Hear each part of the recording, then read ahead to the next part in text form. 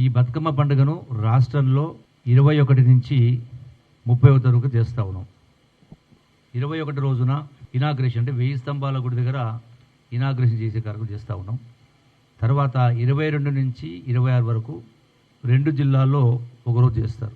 దాని యొక్క వివరాలు కూడా మొత్తం కూడా మీడియాకి ఇవ్వడం జరుగుతుంది. 27 నుంచి 30 వరకు హైదరాబాద్లో కండక్ట్ చేసే ఏర్పాటు చేయడం జరుగుతుంది.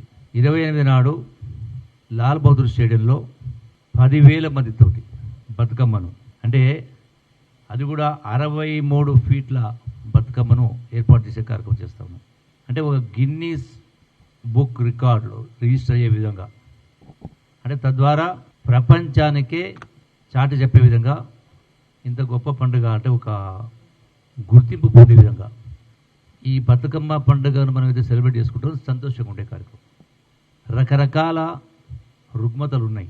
వాస్తవంగా బతుకమ్మ పుట్టిందనేది బాధల నుంచి పుట్టిందనేది వినడం జరిగింది చరిత్ర 200 సంవత్సరాల క్రితం. సో ఆ బాధల్ని పాటల రూపంలో మలుచుకొని పాడుతూ ఉంటారు. ఈ బాధలు తీరడానికి కూడా ఈ పాటలు అనేది కొత్తగా కూడా పాత పాటలతో పాటుగా కొత్త కూడా పాటలు రచిస్తూ ఉన్నారు.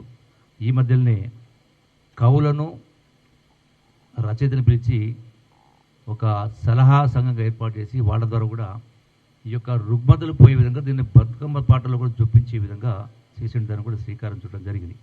ఫ్లవర్ డెకరేషన్, జపనీస్ ట్రెడిషన్ అని, సైకిల్ ర్యాలీ అని, ఉమెన్ బైకర్స్ అని, అట్లాగే వింటేజ్ కార్స్ ర్యాలీ, అట్లాగే ప్రతి కూడల్లో కూడా ఇవి బతుకమ్మను పేర్చే కార్యక్రమం పెద్ద ఎత్తున చేసే కార్యక్రమం.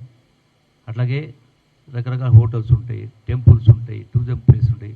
వీటన్నిటిని కూడా ఈ యొక్క బతుకమ్మ పండుగలు పెద్ద ఎత్తున ఆ ప్రాంతాల్లో జరిపే విధంగా మరి డెకరేట్ చేసే విధంగా కూడా ఏర్పాటు చేసిన కార్యక్రమం చేస్తూ ఉన్నాం. అట్లాగే ఎయిర్పోర్టుకు వచ్చేటువంటి వాళ్ళు, ఫ్లైట్ వచ్చేటువంటి వాళ్ళకు కూడా ఈ యొక్క ఎయిర్పోర్ట్లో మన యొక్క కల్చర్ ద్వారా, మన సంస్కృతి ద్వారా సెలబ్రేషన్ చేసేటువంటి ఏర్పాటు చేస్తూ ఉన్నాం.